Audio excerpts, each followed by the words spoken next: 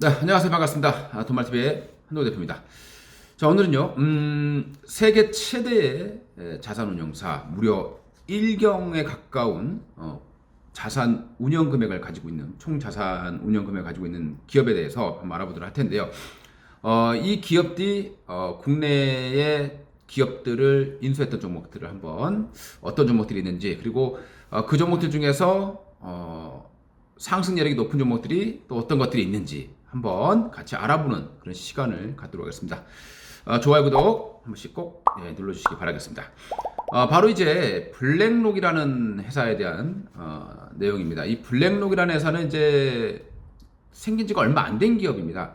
30년 정도 역사가 가지고 있는데, 이런 기업이 지금 골드만삭스의 시대가 가고 이제 블랙록의 시대가 온다, 뭐 이런 내용들이 나오고 있습니다. 그만큼 이제 많은 기업들이, 운용사들이 이 블랙록이라는 이 업체의 투자의 그 패턴에 대해서 참고를 많이 하고 있고 추종을 많이 하고 있다라는 내용이 되겠습니다. 최근에 왜 주목받고 있느냐면, 이 블랙록이라는 기업이 바이든 시대에 가장 수혜를 받는 업체로 평가를 받고 있습니다. 그 이유가 바로 이제 바이든 경제팀 중에서요, 재무부 부장관 아데예모라는 사람이 있는데, 블랙록의 설립자 레디 핑크라는 이 사람이 이제 비서실장을 맡았던 사람입니다. 자, 그다음에 이제 국가경제위원회 위원장에 역시 블랙록 출신이 들어가 있습니다. 그만큼 이제 한국은 블랙록의 어떤 흐름들에 주목을 좀 받을 수밖에 없다. 그리고 미국 경제도 블랙록의 어떤 흐름에 좀 많이 도움을 받거나 좀 좋은 얻을 가능성이 높다. 이렇게 좀 판단해 보실 수 있을 것 같습니다. 자, 그래서 이 레리 핑크라는 사람하고 로버트 캐피드라는 사람이 총 8명 정도가 이제 설립한 기업이고요. 1988년도에 설립이 된 그런 기업입니다. 이 레리 핑크라는 사람은 원래 이제 처음에는 이제 1억 달러 정도 손실이 나게 되면서 어떻게 보면 이제 파산에 들어가는 상황이었습니다. 그래서 이제 좀 쫓겨났다, 이렇게 좀 보는 게 맞을 것 같고요. 사퇴를 했었고, 그리고 나서 바로 이제 설립한 게 바로 이제 이 블랙록의 모태가 되고 있습니다. 현재 이제 블랙록 같은 경우는 뉴욕에 본사를 두고 있고, 시가총액이 대략 120조 정도로 추산되고 있고요. 운용 자산 규모가 무려 8조 5천억 정도 됩니다. 8조 5천억 달러죠. 그러니까 하나로 따진다면 거의 1경에 가깝다 보시면 되겠죠. 이 업체 같은 경우는 이제 특별하게 펀드를 운영하는데, 특별하게 뭐 이렇게 주력으로 판매하는 게 없이 그냥 골고루 ETF라던가 여러 가지 수많은 어떤 자산에 투자를 하고 있다라고 보시면 될 것 같고요. 일단 1988년도에 설립이 되었다가 이제 1999년 이후에 세계 최대의 자산 운용사로 등극이 시작을 했고요. 코로나 이후에 이제 최고의 승자로 평가받고 있는 기업이 바로 이 블랙록입니다. 코로나 때 많은 기업들이 전망이 많이 틀렸었거든요. 그때 이제 블랙록이 지금이 바닥인지는 얘기할 수는 없지만 일생일대의 기회다라고 얘기했던 게 2020년, 즉 작년이죠. 작년 3월 달에 이런 얘기들이 나와 있었습니다. 최근에 이제 이 시장에서 많은 분들이 들었었던 이유 중에 하나가 비트코인 있잖아요. 비트코인에 대해서 처음에는 2년 전까지만 하더라도 우리 관심 없다 얘기하다가 최근 들어서 이제 비트코인 선물에 대해서 투자 적격에 대한 그런 어떤 의사를 내비치고 있고요. 투자 적격 대상에 포함을 하는 그런 상황이 발생했습니다. 그러다 보니까 비트코인 가격이 또 급등하는 그런 것들도 연출이 되고 있다라고 보시면 될 것 같고요. 이 블랙록 같은 경우는 1995년도에 이제 PNC라는 업체, 미국의 이제 5대 은행이 될 텐데, 이 업체가 투자를 했다가 뭐 70배 정도의 차익을 내고 이번에 이제 매각을 하는 것으로 나와지고 있고요. 이 업체 같은 경우는 이제 2000년 초반부터 매트라이프의 자산운용 본부를 인수를 했고요. 그 다음에 2006년도에는 메릴 린치의 자산운용부를 또 인수를 하면서 이렇게 외형이 어마어마하게 커졌다라고 보시면 될 것 같고요. 블랙록 같은 경우는 이제 가장 유명한 게 이제 위험 관리 시스템이에요.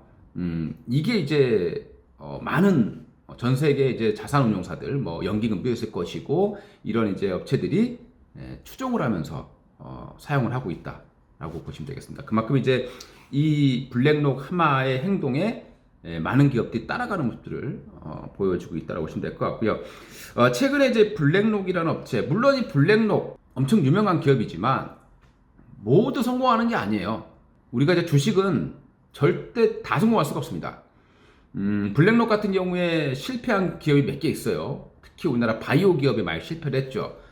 헬릭스미스 같은 경우에 물타기까지 했다가 대략 한 70% 정도의 손실을 보고 빠져나온 걸로 추측이 되고 있고요. 그 다음에 신라젠 같은 경우도 5% 비중을 좀 매수를 했다가 지금 상폐 위기에 처해 있습니다. 상폐가 아니라고 하더라도 지금 어마어마한 손실을 봤다라고 보시면 될 것 같고요. 현재 완전히 매각했는지 안 했는지는 알 수가 없습니다. 왜냐하면 현재 거래가 정지되어 있는 그런 상황이기 때문입니다. 이렇게 이제 많이 실패를 하고 있는 부분들이 이제 바이오 쪽이었다. 최근에 이제 HLB도 블랙록이 지분 한 5% 정도를 가지고 있다라고 보시면 될 것 같습니다. 그 위에는 ESG라는 것을 굉장히 강조를 하는 기업이라고 보시면 되겠습니다. ESG 요즘 많이 나오고 있는데요.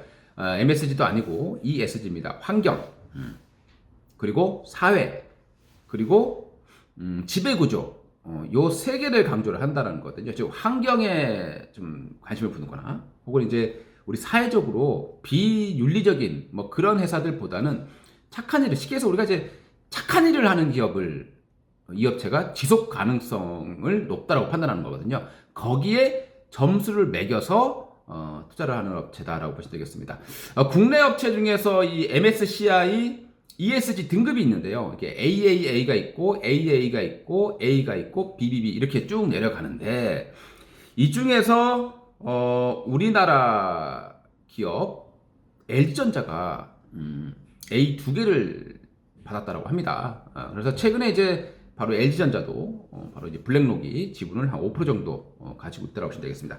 자, 그러면 이제 이 블랙록이라는 회사 투자한 국내 기업들 한번 알아보도록 하겠습니다. 일단 첫 번째로 뭐 삼성전자는 뭐 3대 주주로 들어가 있습니다. 현재 지분 5.03%를 보유하고 있다라고 나와주고 있고요. 자, 그 다음에 이제 코웨이를 가지고 있다고요. 코웨이, 웅진코웨이. 아무래도 웅진코웨이도 환경이 좀 앞장서는 모습도 좀 있긴 있죠. 그러다 보니까 이제 지분 5.01%를 가지고 있습니다. 근데 코웨이의 주가는 요즘에 좀 힘을 많이 못 쓰고 있는 그런 상황입니다만은, 코웨이는 또 환경에 관련돼 있고 미세먼지, 뭐 공기청정기 이런 게 있잖아요. 그래서 이제 3월달 되면 또 다시 뭐 크게는 올라가지 않습니다. 웅진코웨이라는 업체가 웬만해서는 급등을 잘 안 하는 그런 기업이에요. 하지만 이제 또 미세먼지 관련해 가서 이슈가 불게 되면 한번 또 움직여줄 수 있는 그런 종목군으로 판단이 됩니다. 자, 그리고 HLB가 한 5% 정도 가지고 있습니다. 자, 그리고 삼성 SDI 최근에 이제 5% 정도 보유를 하고 있죠. 뭐 대표적인 뭐 친환경 업체 아니겠습니까? 전기차 배터리를 만들고 있기 때문에. 자, 그 다음에 이제 SK 하이닉스, 이 업체도 등급이 A인가 그래요. SK 하이닉스도 ESG 여기에 대한 등급이 좀 높게 나온 그런 기업이고, 역시 5.01% 정도의 지분을 가지고 있습니다. 자, 그 다음에 최근에 가장 비중을 많이 가지고 있는 업체가 바로 두산 퓨얼셀이에요. 다른 기업들은 보통 5%씩 지분을 가지고 있는데, 두산 퓨얼셀 같은 경우는 6.18%의 비중을 가지고 있습니다. 최근 들어서 좀 많이 또 추가를 했다라고 보시면 될 것 같고요.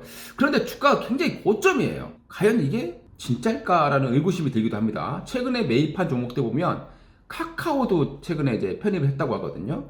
근데 약간 저는 의심이 드는 게 뭐냐면, 이게 워낙 많은 사람들이 추적을 하다 보니까요.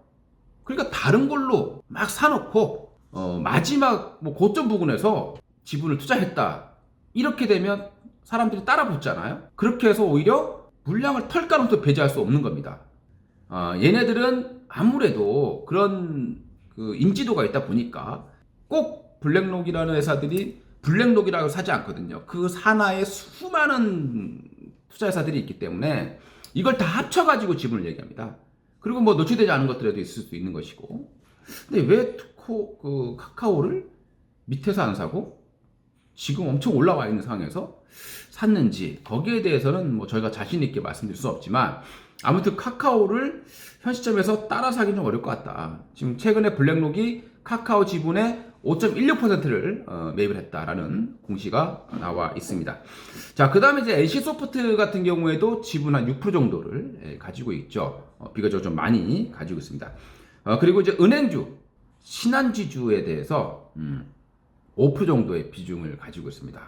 저는 그래서 온라인 종목들보다는 오를 수 있는 배경이 있는 기업들, 아직 오르지 않았지만 코웨이 답답해요. 만약에 코웨이를 매수하시고 주가가 왜 이렇게 안 가느냐라고 생각하실 거면 매수할 수 없는 종목입니다. 좀 안전할 수 있지만 이제 느린 종목이 될 거고, 신한지주라는 업체는 은행 업체가 되겠죠. 그래서 금리 인상이 된다고 했을 때 예대 마진이 올라갈 수 있는 배경이 있습니다. 최근에 가장 좋은 자리에 있지 않을까 이렇게 좀 생각이 되고 있고요. 그 다음 이제 LG 디스플레이도 5% 정도 지분을 가지고 있습니다. LG 디스플레이 같은 경우에는 지금 높이 올라와 있지만 충분히 LCD 가격도 좀 반등했고 OLED가 앞으로 더 성장할 것이고, 그리고 애플에도 LG 디스플레이에 패널이 들어가고 있기 때문에 뭐 LG 디스플레이는 그런 의미에서 좀 매수가 들어와 있다라고 보시면 될 것 같고요. 자, 그 다음에 이제 네이버도 역시 한 5% 정도의 비중을 가지고 있습니다. 카카오 가지고 있으니까 네이버도 뭐 당연히 샀겠죠. 그 외적으로 이제 OCI 5% 정도 가지고 있습니다. 최근에 매도를 했는지는 모릅니다. 과거치이기 때문에. 근데 OCI 같은 경우도 대표적으로 우리 태양광 그 폴리실리콘 업체이기 때문에 대표적인 친환경 업체로 보시면 될 것 같고요. 역시 최근 주가가 많이 급등해 있는 그런 상황입니다. 그 다음에 마지막으로 이제 대림산업도 예전에 좀 지분을 가지고 있었다라고 보시면 되겠는데, 최근에 이제 대림산업 DL이라는 업체로 이제 사명이 변경이 됐죠.